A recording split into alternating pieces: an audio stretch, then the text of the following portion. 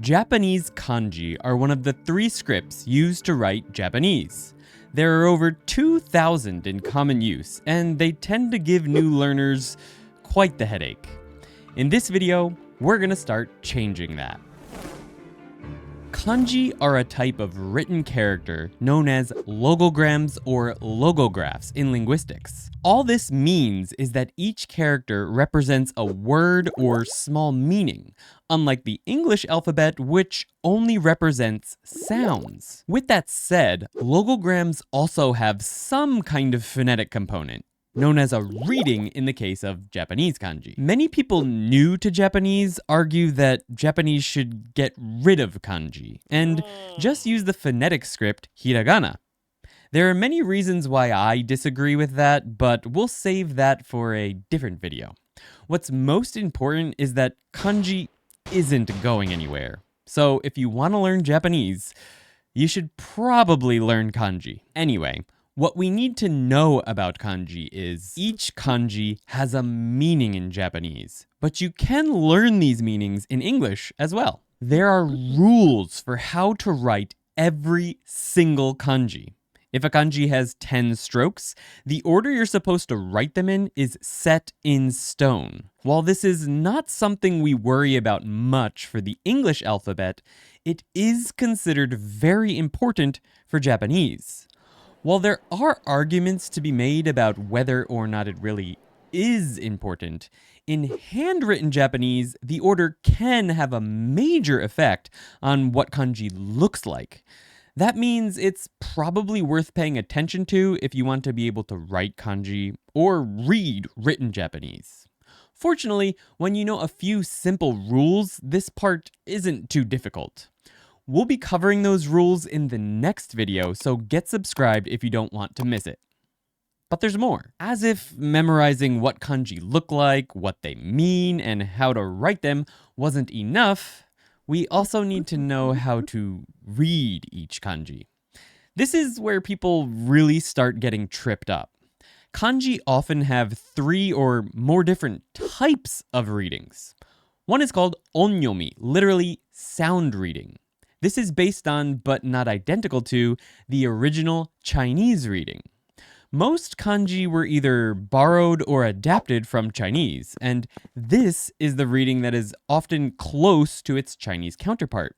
They're usually, though not always, used in compound words, or jukugo, which are words that are made up of 2 or more kanji. And then there's kunyomi, or meaning reading. This is a reading based on native Japanese words, usually, but not always, verbs, adjectives that end in an E sound, and some, quote, na adjectives use the kunyomi reading. But there's even more.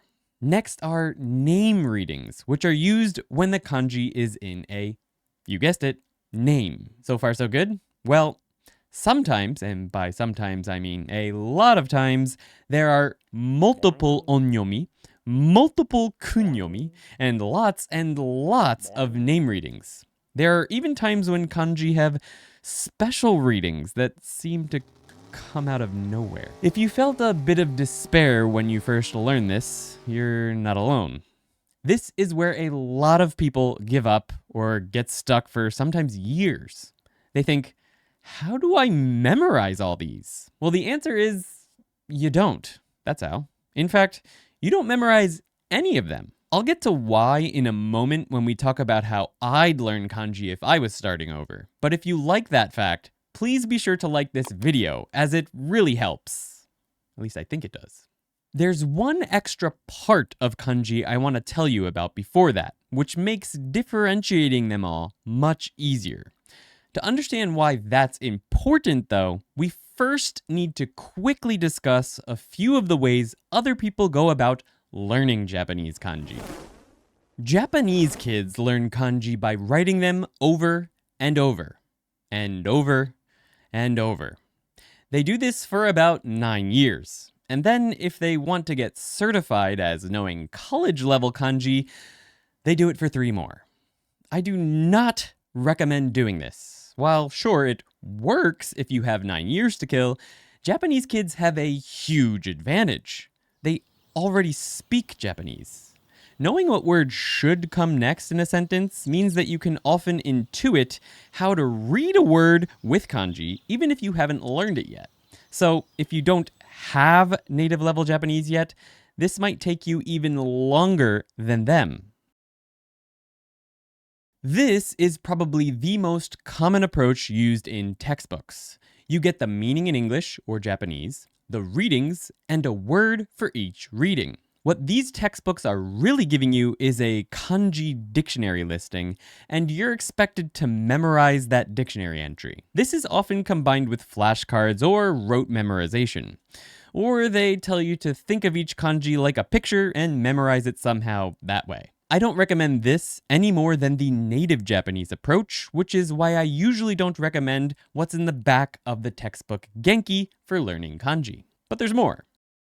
This is the approach that the famous Remembering the Kanji by James Hasig, also known as RTK, follows.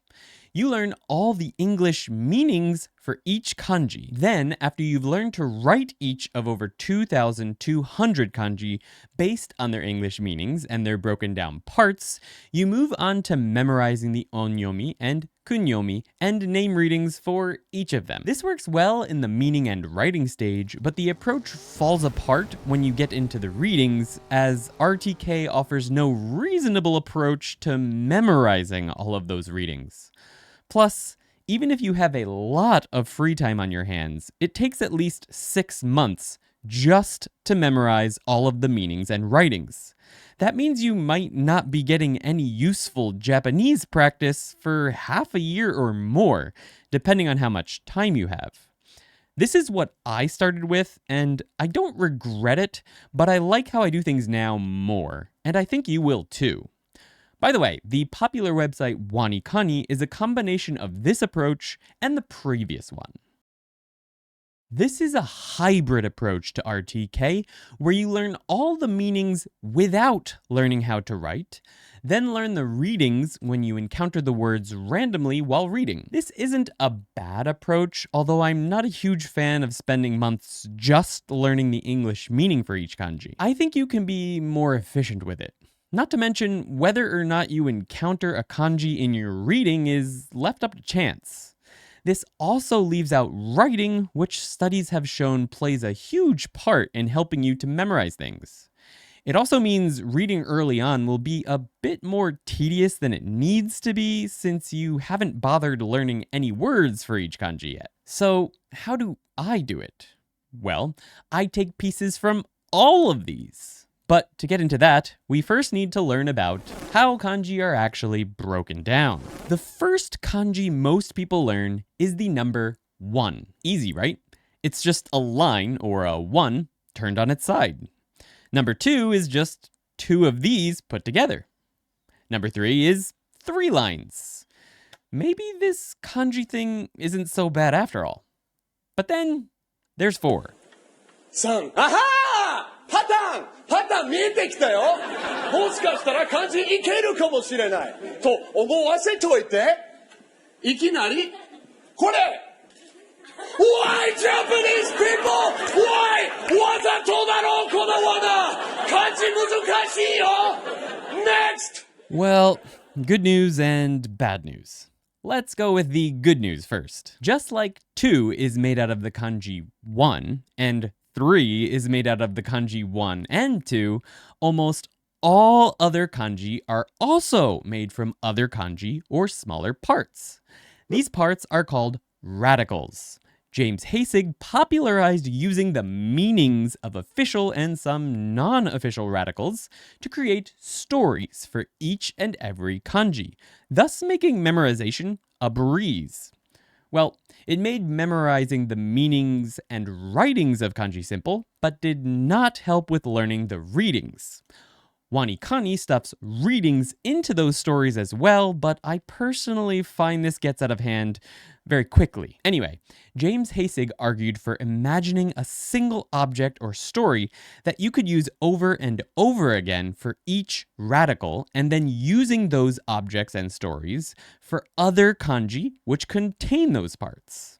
Let's use 4 as an example. Here we have the kanji for mouth. which is a kanji, but also a frequently used radical. Person's legs is not a kanji on its own. It's only used as a part in other kanji. Here, it's inside of the mouth. What does this have to do with 4? Well, we do know it used to look like this. Those 4 lines make more sense, but apparently no one is really sure why 4 became the way it is now. And the why isn't so important. What's important is that we start to associate it with 4. We can do that with a story. So to memorize this, we would first learn the kanji mouth and the radical person's legs separately. We'll imagine mouth to be this little mouth character I made. Person's legs looks like legs, so we'll imagine them as some sexy person's legs. It's important to really try and visualize these so that they stick. Now we'll use these same objects or story parts for every kanji that uses these radicals and parts. That means it's a good idea to keep things simple for simple radicals or parts. It also helps to make your own object and story ideas for these because it will make them easier for you to memorize. If you aren't a great visualizer though, I've created pictures for all the stories that I made for this series, which will hopefully help get your mind going. So we're back to 4. This kanji is a combination of the 2 we just learned, mouth and person's legs. So now we combine those 2 imagined objects or stories into one and blend the meaning in somehow. For example, 4 of our mouth characters from before with 4 sets of sexy person legs in their mouths. Now try to visualize that story as clearly as possible with the legs in the mouths of the mouth characters. Add sound if you can. And most importantly, there are 4 pairs of legs and 4 mouth characters. Then to help it stick, you write the kanji on your hand with your finger or on a piece of paper twice. You can use this strategy for the simplest and most complicated of kanji, like this one. If you take your time with it, you'll have no issues remembering them. Combine it with some spaced repetition flashcard software like Anki, and you're well on your way to learning what kanji mean and how to write them. Even if you don't know readings yet, you can get an idea for what a word might mean when you see it, just by knowing these meanings. But we still have to learn how to read them. So finally, how would I learn kanji if I was starting from scratch? Let's break it down, as this is also exactly how I'll be teaching it here on YouTube from here on out. First, I divide all the kanji into their Japanese language proficiency test levels. Many of you aim to take the JLPT, so it's important to get those down. I'd also sprinkle in kanji from the Kanken, which is the kanji test that Japanese kids and adults take. If you learn those kanji, you can start reading books aimed at Japanese kids, because usually authors only use kanji for the age they're targeting, and they choose those kanji based on Kanken lists. This also solves a problem the RTK approach has, which is introducing kanji in a seemingly random order which has no relation to frequency or usefulness. I'd then learn the meaning in English and writing for each of the kanji in one level only.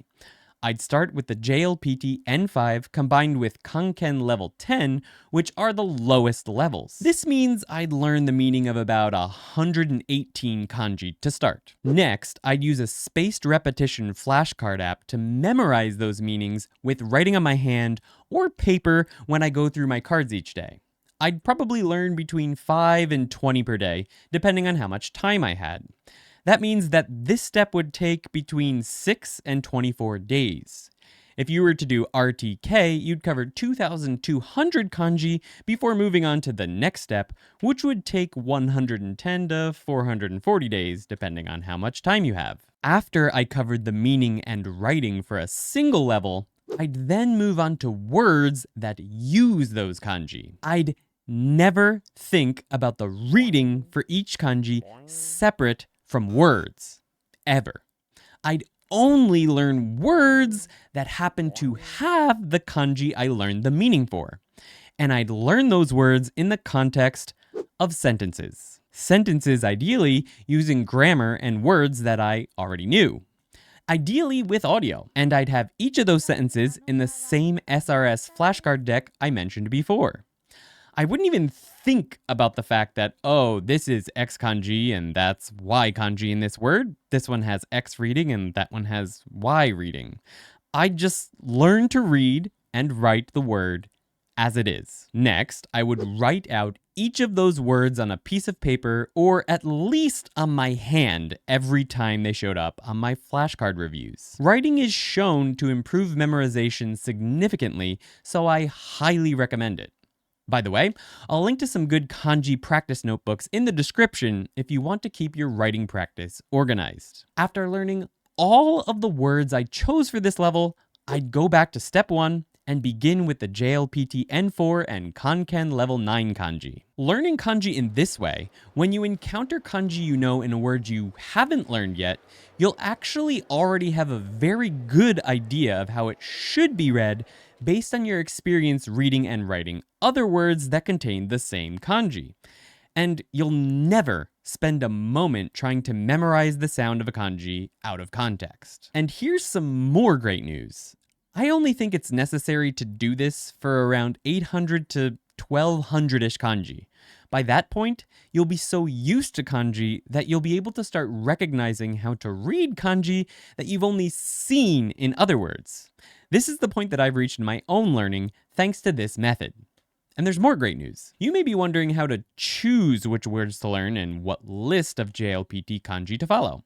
Well, this is exactly how we're going to approach things here in the coming kanji series. In fact, there's already a complete N5 Kanken level 10 Anki flashcard deck available for members of ToKiniAndy.com, which follows all of these steps. It covers all of the first 118 kanji, their meanings, writings, and words for each reading necessary at this level, with sentences and native audio for each word. 大学に入ってから一人で住んでいます。